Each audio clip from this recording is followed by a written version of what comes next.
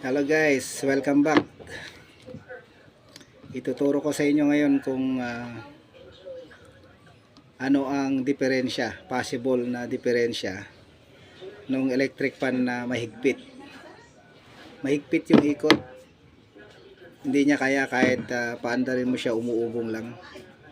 Pag hinawakan mong ganyan, nararamdaman mo at naririnig mo yung ugong. Umuugong lang siya. Ang dahilan, mahigpit na ere. Mahigpit na tong shafting niya.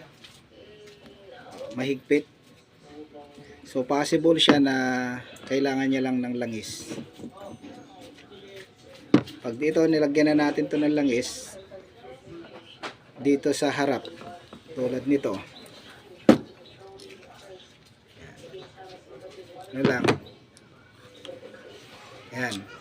Katulad na ito kasi kanina. Yan, medyo dumulas na kasi ito kanina ko pa ito nilagyan. Medyo may kahigpitan pa siya. Pero ayan, lumuwag na siya. Ayan. So nalagyan siya ng langis dito sa harap. Actually kanina ko pa ito nilagyan. Maski dito sa likod, lagyan mo rin siya. Kaya pag naramdaman na niya, medyo dudulas na siya.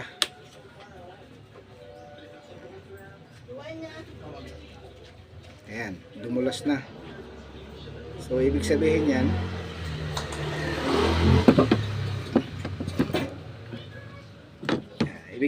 merong nakuha siya sa langis. May kahigpitan pa rin. Kulang pa.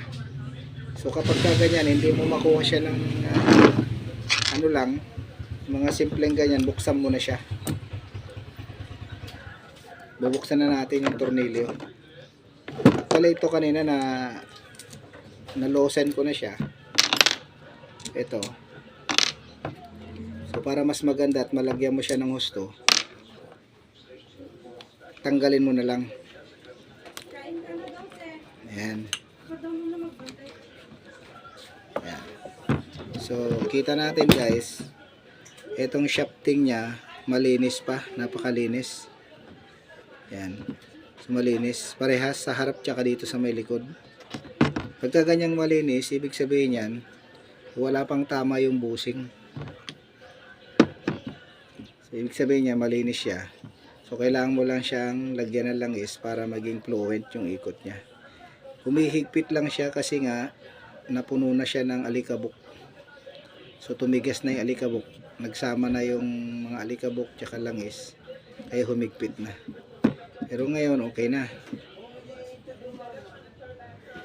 Ayan. So nakuha na siya sa langis guys. Harap at tsaka likod. Ayan, tignan natin.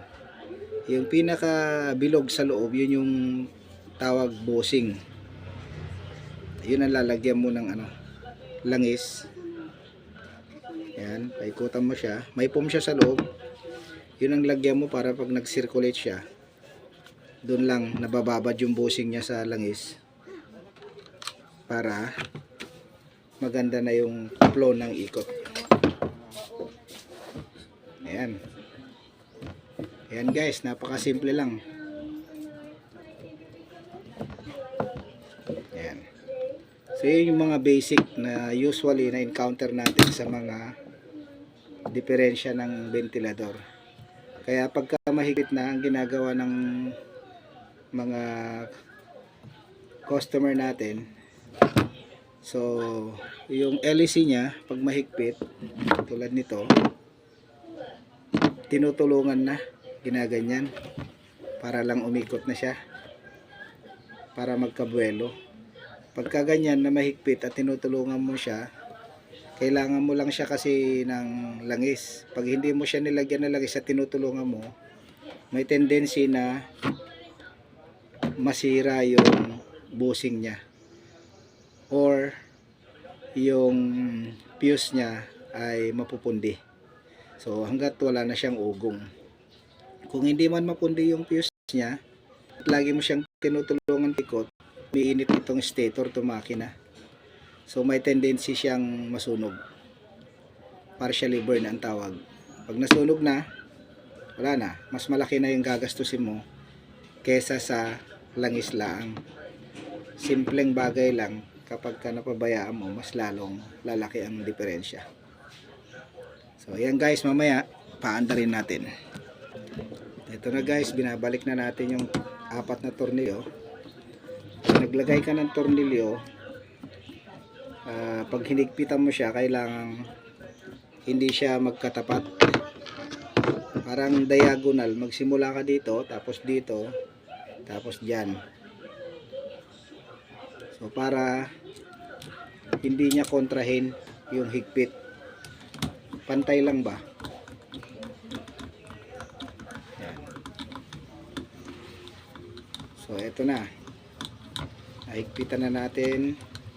Yan, tapos dito naman sa diagonal. Yan.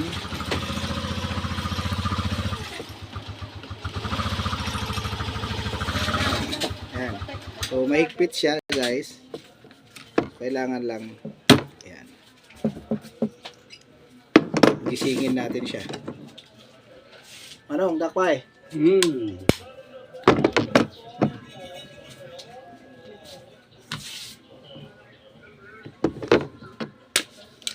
Para lumuwag siya, kailangan siya ng konting lagitik. Tingnan mo yung blade kung Higpit.